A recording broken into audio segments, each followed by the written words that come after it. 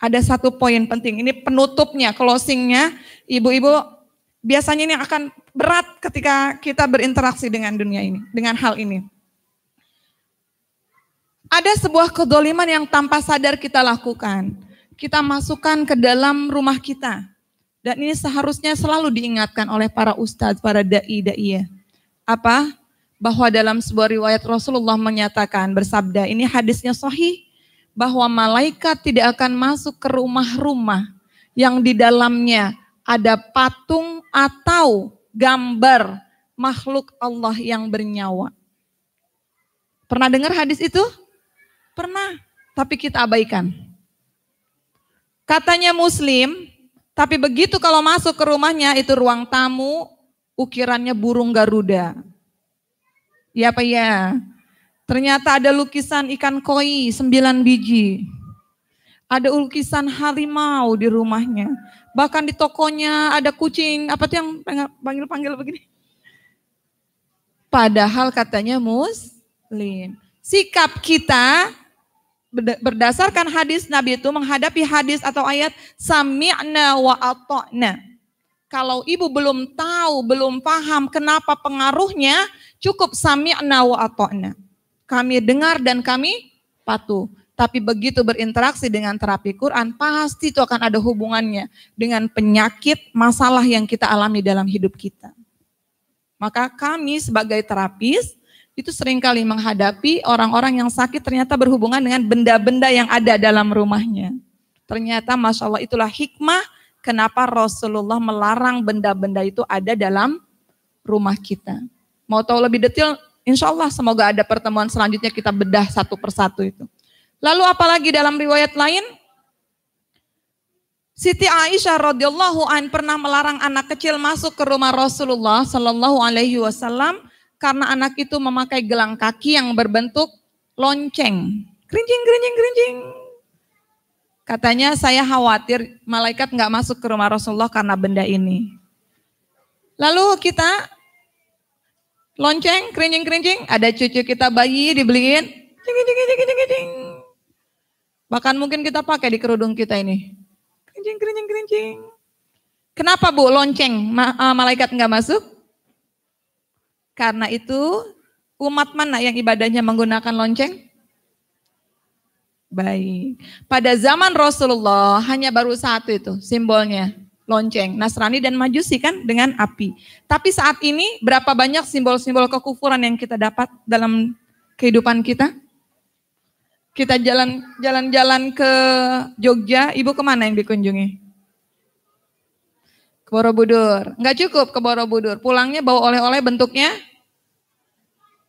asbak gambar bentuk candi. Beli apa lagi? Kaos gambarnya candi. Candi tempat apa itu?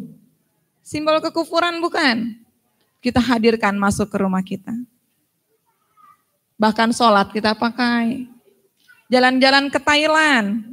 Biasanya ibu dapatnya apa kalau ke Thailand? Gajah. Apa itu gajah? Bernyawa. Apalagi? Tempelan kulkas, cek nih. Setelah pulang ibu cek tempelan kulkas ibu. Aduh ya Allah Ustazah, tapi kan mahal-mahal Ustazah. Itu historinya banyak, mahal-mahal.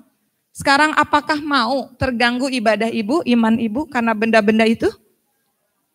Maka kalau yang belum percaya, belum yakin, saya ajak ibu-ibu silakan kumpulkan aja benda-benda itu. Nggak usah dihancurkan karena ibu masih cinta, masih sayang. Kumpulkan, simpan di wadah tertutup. Titip deh di pos satpam itu seminggu aja. Nanti ibu bayangkan, ibu bandingkan kehidupan di rumah ibu dengan benda-benda itu atau tanpa benda-benda itu. Maka banyak sekali yang mengatakan Ustazah pantesan. Suami saya Ustazah malas banget ke masjid. Yang pertama kali kami sarankan cek ada benda apa di rumah ibu. Karena disitulah setan bersembunyi Bu. Dan mereka mencari tempat, mencari waktu yang tepat akan masuk ke dalam diri ibu. Dia mengganggu kehidupan. Maka rumah-rumah yang di dalamnya penuh dengan simbol-simbol kekufuran. Rumah yang di dalamnya banyak benda-benda, patung-patung bernyawa, gambar-gambar bernyawa. Biasanya sebagian besar ada masalah dengan yang pertama ibadahnya. Malas beribadah.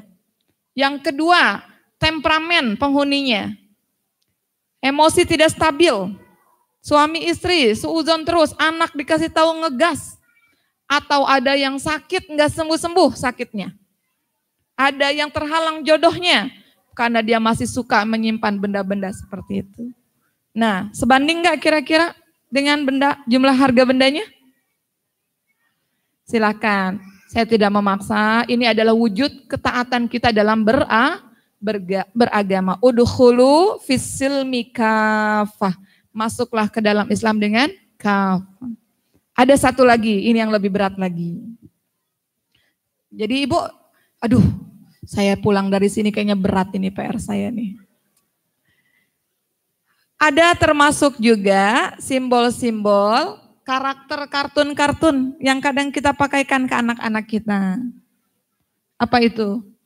Ada Frozen, ada apa lagi? Angry Bird, Doraemon, Naruto. Sekarang pertanyaan saya, kita kenal nggak siapa mereka?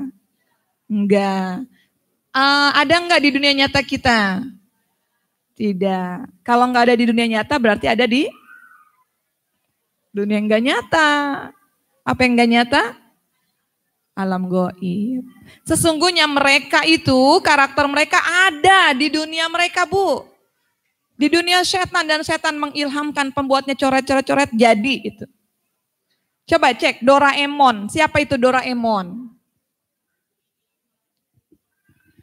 Kucing. Kekuatannya di mana? Di kantong ajaib. Mau ini ada, mau ini ada, mau ini ada. Siapa yang akrab yang bisa begitu adalah penyihir. Penyihir akrab dengan setan. Princess Elsa. Frozen, kalau tunjuk apa-apa itu jadi es, ya kan Bu? Tunjuk es. Bahkan Rasulullah sudah menyampaikan dalam sebuah hadis, akan bangkit makhluk kalau dia tunjuk tanah yang tandus, akan tumbuh subur pohonan. Dia tunjuk gurun yang gersang, akan turun hujan. Dia tunjuk kuburan, itu akan bangkit penghuninya, semuanya hidup lagi. Siapa itu? Jadi, masih mau menyimpan Princess Elsa di rumah? Termasuk simbol-simbol untuk anak laki-laki itu sepak bola. Maka hati-hati sekali dengan benda-benda yang kita nggak tahu asal-usulnya. Logo-logo yang bukan, kita hanya anggap ini adalah prestis, kebanggaan saya punya nih simbol ini. Ibu tahu nggak maksudnya itu apa? Seringkali diselipkan dalam simbol-simbol klub bola itu ada Red Devil-nya, ada palang dan lain sebagainya, naudzubillah. Kalau ada manusia yang numpang nginep di rumah kita enggak kenal, kira-kira ibu terima enggak? Tapi ini kita malah jadikan tempat setan singgah di rumah kita melalui benda-benda itu. Ya kan Bu? Kalau malaikat enggak mau masuk, yang mau masuk siapa dong berarti? Yang enggak usah ngelihat saya, bilang setannya, biasa aja. Nah jadi seperti itu Bu ya. Sesuatu kita perhatikan dari kezoliman-kezoliman kita. Maka kalau ketiga ini sempurna, kita senantiasa yakin kita ditingkatkan. Faham iman terhadap takdir kita, diperbaiki terus. Juga kezoliman kita dihindari, diperbaiki, bertaubat kepada Allah, membersihkan diri kita. Maka syifa yang Allah janjikan akan hadir dalam hidup kita. Insya Allah. Ayatnya apa aja Ustazah? Dari Al-Fatihah sampai An-Nas itu semua syifaan yang Allah janjikan. Caranya niatkan. Kadang kita ini baca Quran enggak diniatkan. Kita sekedar baca. Atau mungkin naudzubillah niat kita hanya untuk setoran, sudah 1 juz kita lapor ke admin. Niatnya aja kita udah berubah. Coba doa setelah baca Quran apa Bu? Allahumma arhamna bil Quran. Kita minta ya Allah, rahmati kami, kasihi kami dengan Al-Quran. Lalu kita minta apa? Waj'alhu lana, yang pertama imaman, ya kan? Wa nuran. Apalagi? Wa hudan. Wa rahmah. Kita minta ya Allah jadikan Al-Quran sebagai imam, pemimpin. Sebagai cahaya, nur, sebagai petunjuk, huda, sebagai rahmah, sebagai rahmat, kasih sayang. Kenapa nggak minta syifaan? Ada yang kurang nggak doanya? Berarti tambah. Waj'alhu lana imaman wa nuran wa hudan wa rahmatan wa syifaan ya Allah. Jadikan Al-Quran ini sebagai kesembuhan karena Engkau sudah janjikan itu untuk kami. Maka niatkan, ibu mau tilawah Quran, kapanpun itu, duduk di majelis taklim mengkaji ayat-ayat Quran. Ya Allah, jadikan ayat Quran yang kubaca ini sebagai syifa dari penyakitku sekarang ya Allah. Sebagai syifa dari semua masalah kehidupanku. Niatkan, caranya dibaca. Siapkan air, bisa ibu setelah baca itu ditiupkan ke airnya, ke minyak, atau ke obat-obatan yang ibu punya, herbal, terapi bekam, ke kap bekamnya itu ditiupkan. Itu diajarkan oleh Rasulullah. Lalu tiupkan ke telapak tangan, usapkan ke seluruh tubuh. Insya Allah sekarang kita akan praktek. Baik Bu, sudah paham? Maka hal ini baru dasar terapi diri dengan Al-Quran. Kalau mau ikut runtut silahkan. Setiap bulan di pondok daerah Tangerang Selatan ada halakoh terapi Quran setiap Rabu ketiga. Tapi karena besok saya akan safar ke luar kota, hari ini kita lakukan di Masjid Al-Huda Gria Pipit jam 1 siang. Silahkan terbuka untuk umum ibu-ibu. Baik. Insya Allah semoga kajian kali ini membawa kita penuh hikmah menghantarkan kita kepada Al-Quran. Syifa yang selama ini kita akrab dengan Al-Quran ternyata kita masih jauh dari syifa yang Allah janjikan.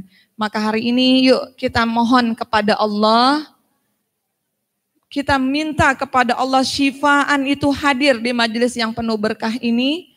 Dengan ayat-ayat Quran yang dibacakan, silahkan ibu siapkan airnya. Anak-anak kalau bisa kita kondisikan dulu ya Bu ya, supaya lebih tenang, bisa lebih baik ayat-ayat Quran yang kita bacakan.